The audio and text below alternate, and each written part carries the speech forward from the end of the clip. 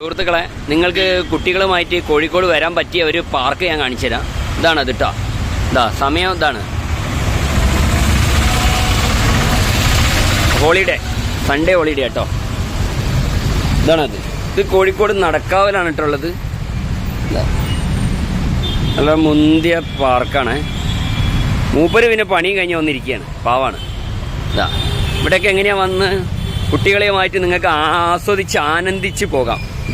ചെയറുണ്ട്, ചെയറുണ്ട്, വേണമെങ്കിൽ കുറച്ച് പുല്ലുകളുണ്ട്, പിന്നെ വേണമെങ്കിൽ പാമ്പുണ്ടാകാം. അതിലൊക്കെ കയറി നല്ല റൈഡൊക്കെ നടത്താം.